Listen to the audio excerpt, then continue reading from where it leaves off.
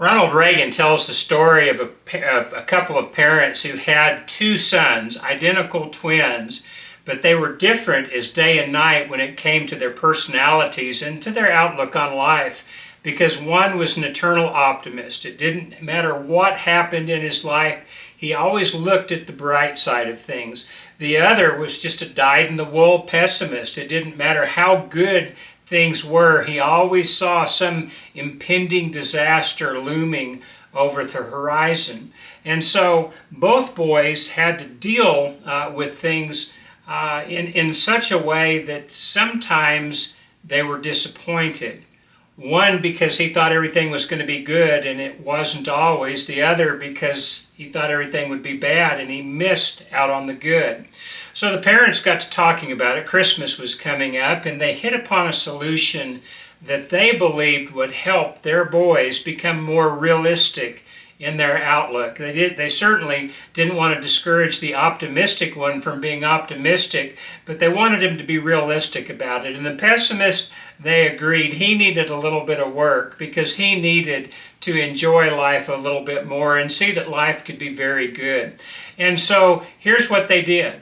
At Christmas time, they got two rooms. One was actually a shed, the other was a room, and in that room they filled it with toys that were just the delights of boys their age. Everything that a boy could possibly want or imagine was in that room. And then in the shed outside, they just filled it with horse droppings from a nearby stable, and they filled it pretty good. And so what they were going to do is they were going to give the room full of toys to the pessimist so he could see there was good in life, but they were going to give this shed filled with the horse droppings to the optimist so that he could see that sometimes there were things in life that were not actually good, and he was just going to have to learn to deal with that. And so Christmas morning came, and they directed each boy to their different areas. One to the room filled with toys for the pessimist, and then the shed filled with horse droppings for the optimist. And they sat back and just watched and listened. Well, sure enough, in just a few short moments, they heard two different reactions. One was a boy just sobbing uncontrollably. The other was laughter, gleeful joy coming from the other direction. But what surprised him was that it was the pessimist, the boy in the room of toys, that was crying. So they went in and they asked him, "What is wrong? Don't you like your presents?" And he said, "Yes, I love my presents." And they said, "So what seems to be the problem?" And he said, "Do you see this toy here? This is my favorite one. It's going to break someday. And this one over here, I really like it, but it's battery operated, and the batteries are eventually going to run down." And so he just went around the room and pointed out the flaws and the potential problems that each toy was going to have. Well, the parents left a little bit exasperated from that room, and they went out to the shed where the gleeful laughter was occurring. And they looked into the shed, and there was their optimist, flinging up the horse droppings up into the air, saying, "Wee, wee." And they said, "What are you doing?" And he said, "I'm looking for the pony."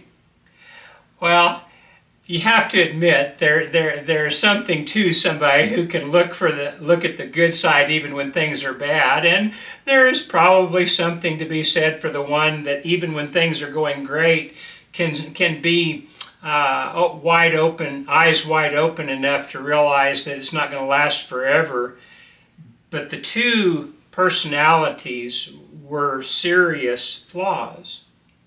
Because you can't just look at everything as a pessimist, and nor can you just look at everything as an optimist. You have to be realistic. If everything that you see is gloom and disaster, then you're not going to enjoy the blessings that God has given to you. But if everything is just okay, then you're going to find there are times in your life where you're just surrounded by filth, but you think that's just fine and dandy. And that's going to allow you to do several things, one of which is to begin to tolerate sin, something which God does not permit. And it also will prevent you from solving problems. So while the optimistic personality and the pessimistic personality definitely have their strengths, they also have their weaknesses. And so what we need in each situation is a dose of reality. As servants of God, we're going to bear certain types of fruit in our service to God. This is what Jesus said in Luke chapter 6 and verse 43. He said, "No good tree bears bad fruit, nor does a bad tree bear good fruit. Each tree is recognized by its own fruit." And so it's true that we need to work very diligently on making sure that our life is a production of things that are good. Not only good in our service to God that will be pleasing to Him, but also in a corresponding way, in a way that will be pleasing to others, that will be helpful to other people. And if we're just bearing bad fruit, well, our life's going to be pretty miserable. It's going to be miserable for us. It's going to be miserable for those around us. And so you need to step back, we all do from time to time, and determine, am I producing good fruit or am I producing bad fruit? Because Jesus' conclusion was, if you're producing good fruit, that's coming from the heart. And you're on the right path. But if you're producing bad fruit, well, that's from the heart as well. But it also means you're on the wrong path. And in fact, it may be a path that does eventually take you to destruction. Kind of a self-fulfilling prophecy for the pessimist in us, isn't it?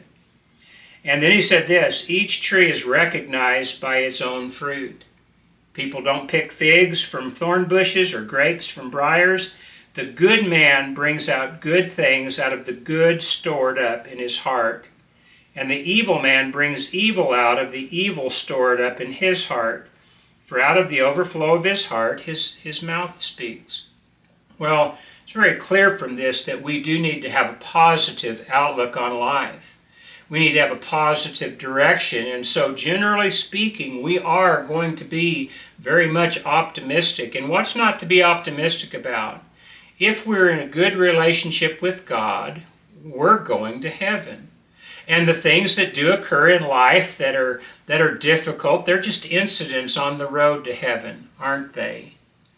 But if you're a pessimist, it's very likely that you're just not going to try very hard at anything.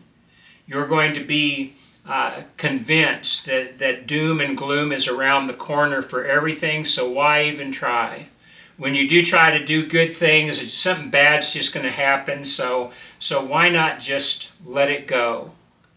And again, we can see, I hope, in both instances, the need for reality. We do live in a world that has a lot of problems.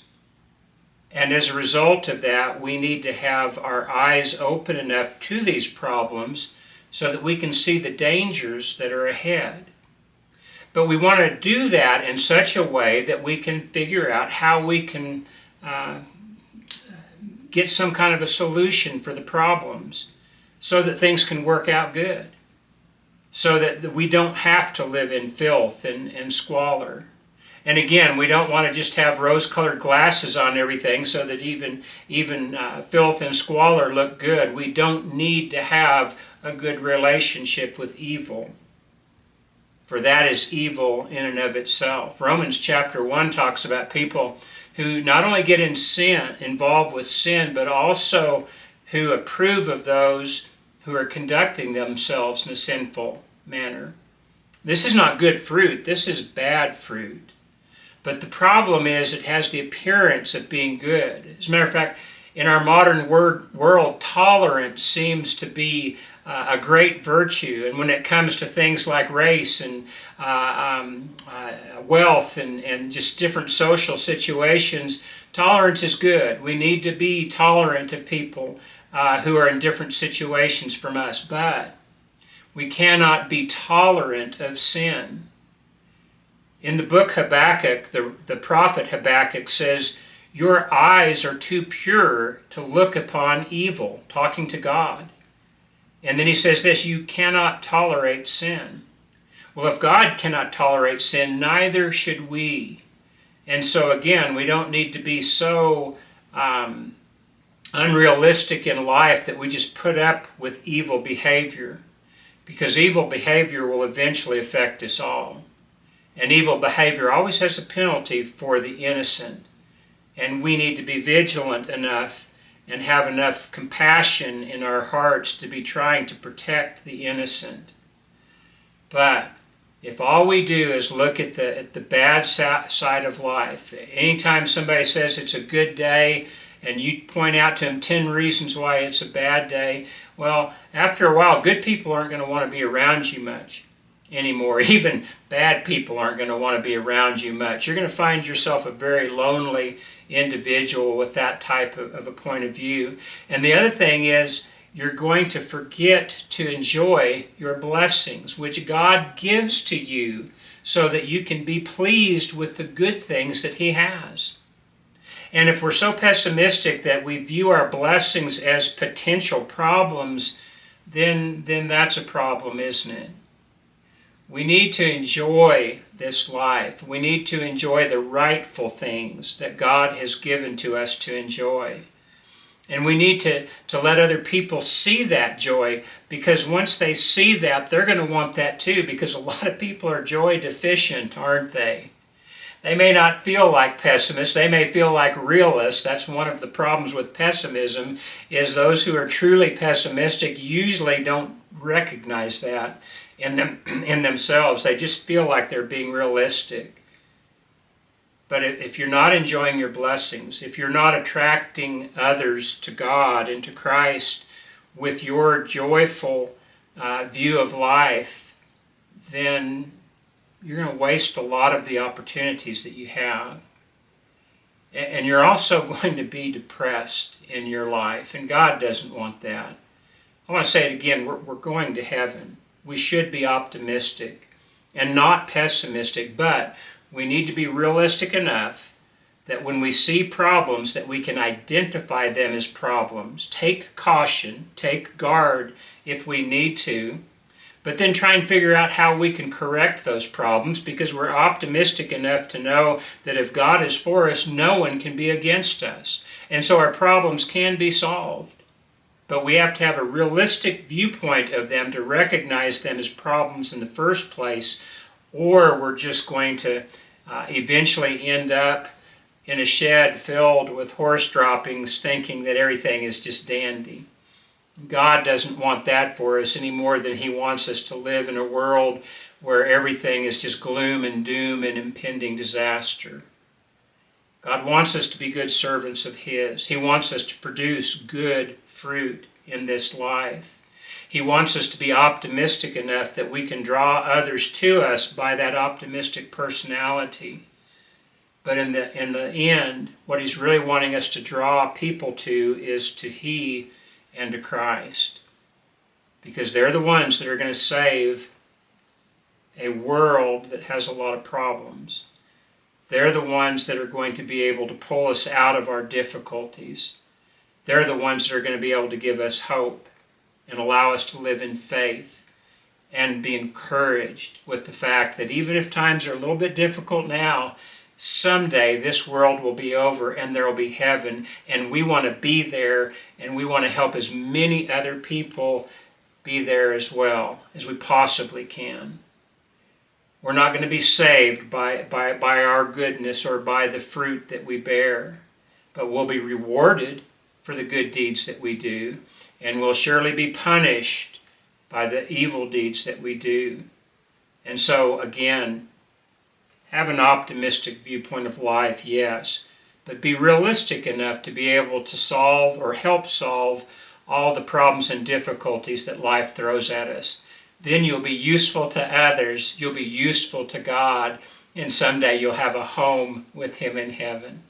Well, I'm Rick Bloodworth. This is the Common Sense Christian Channel, and I truly appreciate your tuning in today. Hope that you'll come back. If you like this, hit that like button. Share it with others that you think that might be benefited from it in some way, if you feel like that might be the case. But until next time, I pray that God will bless you richly as you seek to serve He and Christ to the very best of your ability.